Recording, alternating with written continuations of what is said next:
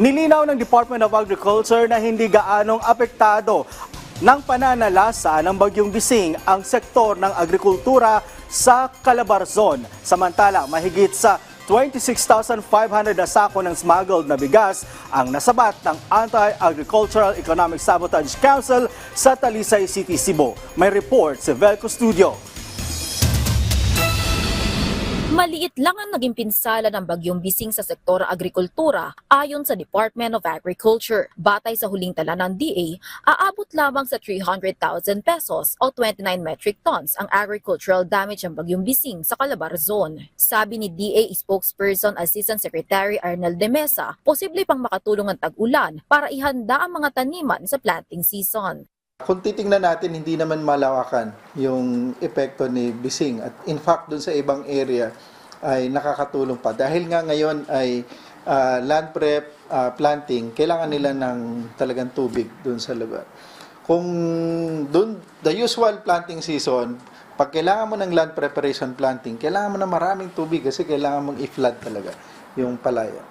Inaasahan ng Kagawaran ng Agrikultura na hindi magiging matindi ang pinsala ng tag-ulan ngayong taon.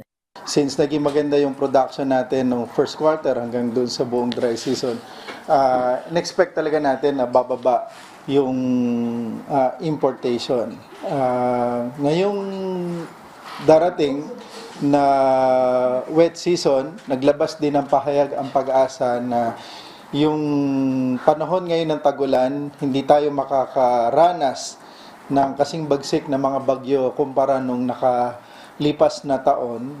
Samantala, bukas naman ng DA para pag-aralan ng mungkahi ng Samahang Industriya ng Agrikultura o SINAG na mabigyan ng 5 hanggang 6 na pisong subsidiya ng gobyerno ang kada kilo ng palay upang maiwasan ang pagkalugi ng magsasaka. Kailangan niya na pag-aralan mabuti. Kailangan din malaman din na bukod naman doon sa mga subsidiya na binibigay, kagaya doon sa Rice Farmers Financial Assistance, the government is also providing so many inputs sa ating mga magsasaka sa pamamagitan ng libreng binhi, libreng pataba, makinarya, libreng patubig. Pero kailangan pa rin natin na tulungan yung ating mga magsasaka. Dagdag pa niya, isa sa epektibong paraan upang maiwasan ng mga local farmers ang pambabarat ng mga traders ay ang pagtatakda ng floor price para sa binibining palay na nakapaloob sa isinusulong na Rice Industry and Consumer Empowerment o RICE Act.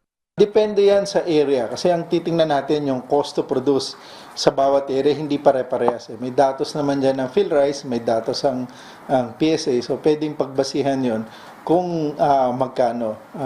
On average, 17 pesos for wet.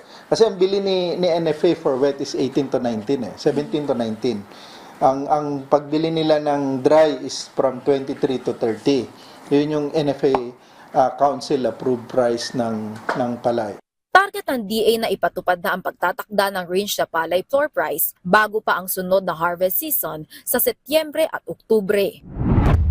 Isinagawa na ng Anti-Agricultural Economic Sabotage o AAES Council ang kanilang kauna-unahang enforcement operation kung saan mahigit 26,500 smuggled rice sacks na may katumba sa halagang 38 million pesos ang nakulimbat nila sa Talisay City, Cebu. Alinsunod sa direktiba ni Pangulong Ferdinand R. Marcos Jr. na tutukan ang agricultural smuggling para matiyak ang seguridad sa pagkain. Pinangunahan ni AAES Chairperson Frederick Go at ng enforcement group ng PNP, CIDG at Maritime Group ang inspeksyon sa Kimba Warehouse kung saan nadiskubre ang mga smuggled na bigas. Maharap ang mga sangkot sa reklamong paglabag sa Anti-Agricultural Economic Sabotage Law na walang piyansa. Velco Studio para sa Pambansang TV sa Bagong Pilipinas.